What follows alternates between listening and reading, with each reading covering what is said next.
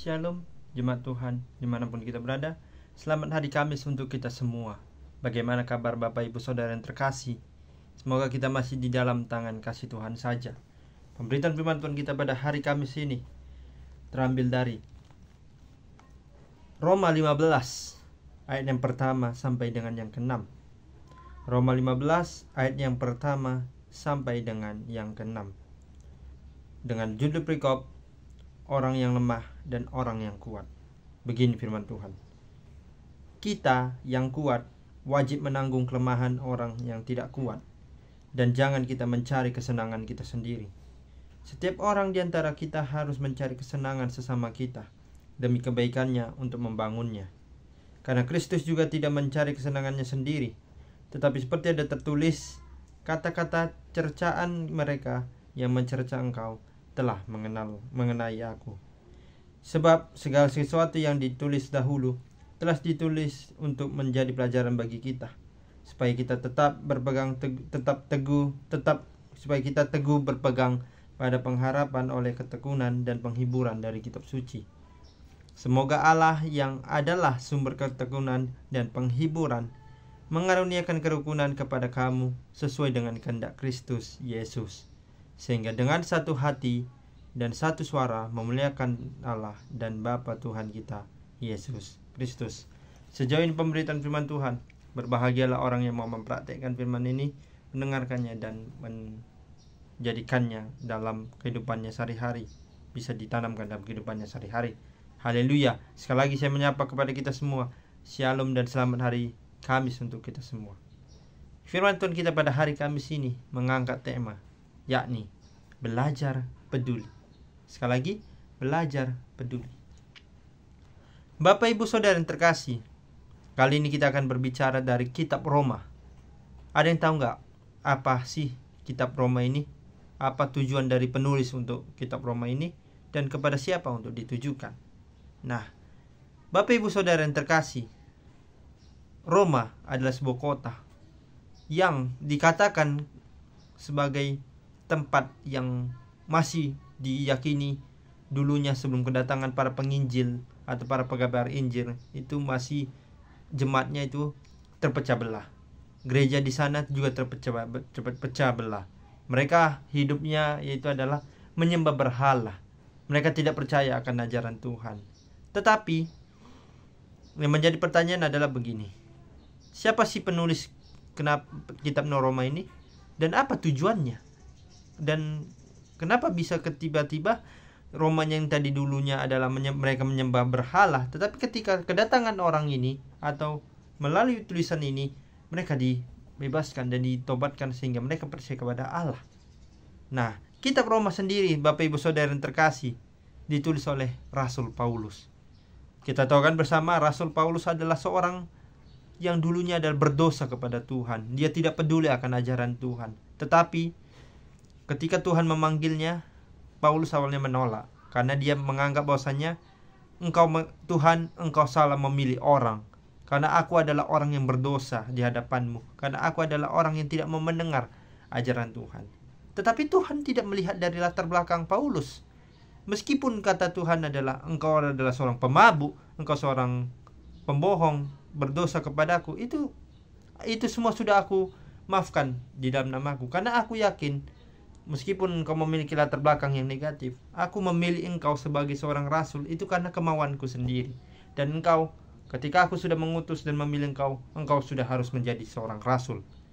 Dan tanpa pikir panjang, Paulus menerima ajakan Yesus sebagai seorang rasul. Kita tahu bersama kan, rasul-rasul masih banyak, tetapi masih banyak yang lain. Tetapi Rasul Paulus ini adalah memiliki latar belakang yang notabene-nya adalah orang yang pendosa kepada Tuhan dulunya dengan begitu banyak.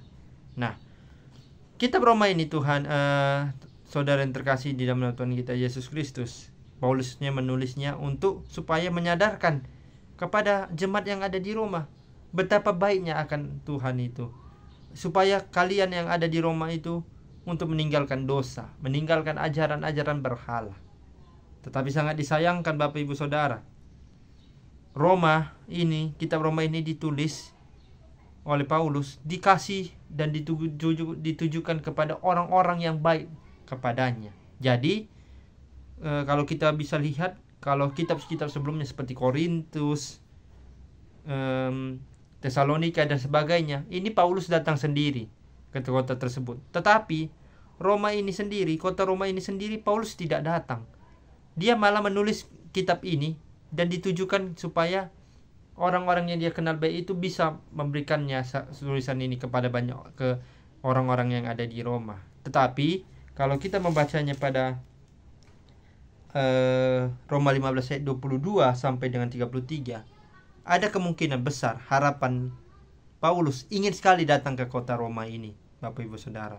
Melalui konteksnya, meskipun tadi dia dikatakan tidak datang ke Roma melalui tulisannya ini, dan memberi tulisan ini kepada orang-orang yang dipercayakannya sebagai orang baik, tetapi suatu saat Paulus sendiri akan datang ke kota Roma ini.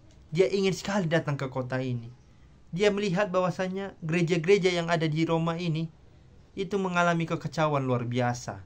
Jemaat-jemaatnya tidak percaya, meskipun ada gereja di situ, tetapi gerejanya malah terpecah belah dan jemaatnya juga terpecah belah. Oleh sebab itulah, meskipun Paulus tidak datang, ada suatu saat nanti Paulus akan datang untuk menjumpai para jemaat di Roma dan mengatakan bahwasanya inilah aku yang telah datang untuk menebus dosa kalian melalui perantara dari Yesus Kristus. Yesus datang melalui berkatanya, datang kepadaku untuk memberikan kalian pengajaran yang baik daripada Tuhan. Jadi itu adalah bagaimana kita bisa melihat latar belakang dari kitab Roma ini, kekacauannya dahulu bagaimana, dan kenapa Paulus sendiri belum datang ke Roma, dan dia memberikan tulisan ini kepada orang-orang yang dia kenal. Pada saat itu dia kenal baik. Dan pada katanya kan di dalam penutup Roma ini, Roma 16 itu adalah beberapa nama yang sudah disampaikan oleh Paulus melalui salamnya, karena mereka adalah orang-orang yang baik telah menyampaikan berita Injil ke kota Roma. Kita bisa lihatnya dari Roma 16 ayat yang 1 sampai dengan 16. Lalu dari ayat yang ke 20, ayat ke 21 sampai dengan yang ke 23. Nah, jadi Tuhan Roma atau Paulus mempercayakan mereka sebagai anak-anak yang bisa dipercayakan untuk memberitakan Injil di kota Roma. Dan pada suatu saat nanti, ingat, Paulus akan datang ke kota Roma. Bapak Ibu Saudara yang terkasih, kali ini kita belajar tentang belajar peduli. Pada ayat firman Tuhan kita dari Roma 15, ayat yang pertama sampai dengan yang ke-6. Sesungguhnya, kalau kita membacakan dari ayat yang pertama, kita ini adalah manusia yang mungkin dikatakan adalah tidak sempurna. Tetapi banyak sekali orang-orang yang menganggap mereka itu adalah yang kuat. Mereka itu adalah orang-orang yang tidak sama sekali peduli akan orang lain. Tetapi kini di dalam ayat 1 di dalam kitab Roma ini mengatakan adalah kita yang kuat wajib menanggung kelemahan orang yang tidak kuat, dan jangan kita mencari kesenangan diri. Nah, Bapak Ibu Saudara yang terkasih, terkadang kalau kita memiliki ataupun orang-orang di luar sana memiliki tubuh yang kuat, dia tidak memakaikannya untuk berbuat baik kepada banyak orang. Malah kekuatannya itu malah menghancurkan diri orang lain.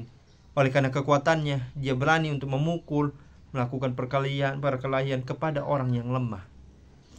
Tuhan melalui perantara Paulus mau mengatakan kepada kita sebagai yang kuat, janganlah sombong begitu kan engkau kuat, tetapi pakaikanlah kekuatan itu untuk menceritakan kabar kebaikan Tuhan. Kita bantu yang lemah, kita bantu mereka yang kurang kebutuhannya, kita bantu mereka untuk supaya mereka itu percaya bahwasanya, wah, ini orang meskipun dia kuat, dia tidak sombong, tetapi melalui kekuatannya itu dia mampu memberikan yang terbaik. Dia adalah harapan daripada Tuhan. Dia memberikan pengajaran yang baik kepada kami yang lemah. Jadi kita sebagai orang yang mungkin dikatakan kuat, tetapi lebih kuat adalah Tuhan kita Yesus Kristus. Jadikanlah diri kita untuk berbuat kebaikan, dan kita merangkul orang-orang yang lemah supaya dekat kepada Tuhan.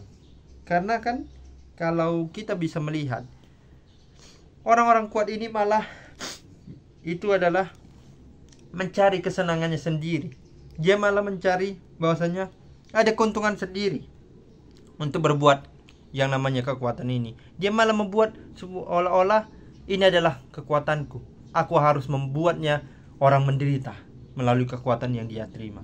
Tetapi sekali lagi Tuhan mengatakan melalui perkataan Paulus, kita sebagai yang kuat haruslah kita merangkul yang lemah. Jangan cari kesenangan diri, tetapi rangkullah mereka untuk mencari kesenangan bersama. Bukan kepentingan sendiri, melainkan kepentingan bersama. Itulah makanya dua dikatakan adalah di antara kita harus tetap mencari kebaikan bagi banyak orang. Bukan mencari kesenangan sendiri, bukan mencari kesenangan pribadi, melainkan kita cari kebaikan untuk memenuhi kepentingan bersama di dalam nama Tuhan kita Yesus Kristus. Karena kalau kita tahu, Bapak Ibu Saudara yang terkasih, Yesus Kristus itu berjalan melalui yang namanya